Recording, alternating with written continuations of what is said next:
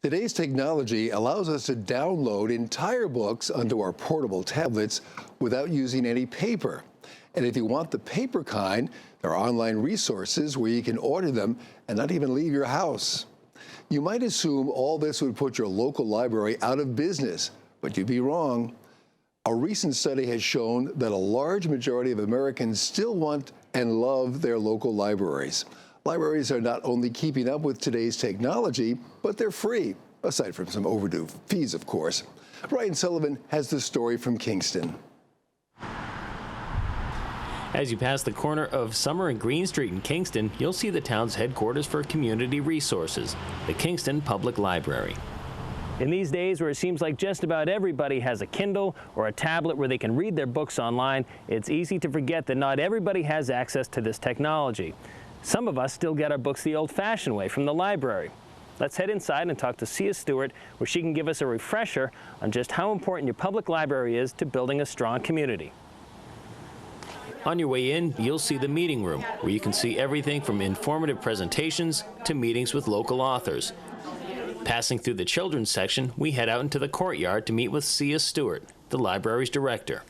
The library today is a community place. It's a place where people come to use resources that we have that they may not have, and a place where they can get access to things like our expertise, helping them find things that they may not know how to find.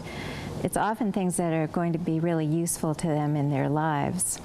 In fact, a recent study showed that 80% of Americans say that borrowing books from the library is a very important service. Others come here just to get away from the hustle and bustle of daily life and maybe just read the newspaper.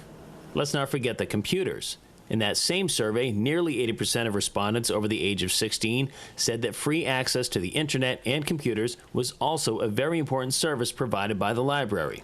Often they're looking for help with online job searching. I remember a couple of years ago a young woman in Kingston who was really having a tough time finding a job.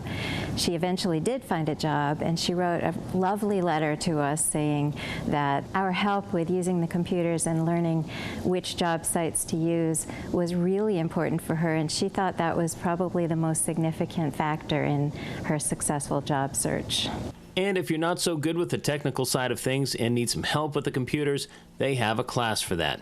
The library also provides a place where, if you've got little ones, they can go, make a little noise, and maybe even do some learning at the same time, as the library has taken advantage of the STEM programs available. They've also teamed up with Kingston Senior Center, where they'll host author programs as well as have their monthly locavore meetings. What we're hoping is that by collaborating, we will expand the audience, we will bring the programs to more people, we will make more people familiar with the Senior Center, and we think it's just going to be a great partnership. Kingston collaborated with 2 other South Shore libraries and West Wind's Bookshop recently to host author Anita Diamond. While she was speaking, she gave this really wonderful image about libraries that I just would like to share. She said that a good library is a sign of a healthy community, and a community where people care about each other. At the Kingston Public Library, Brian Sullivan, PACTV Community News.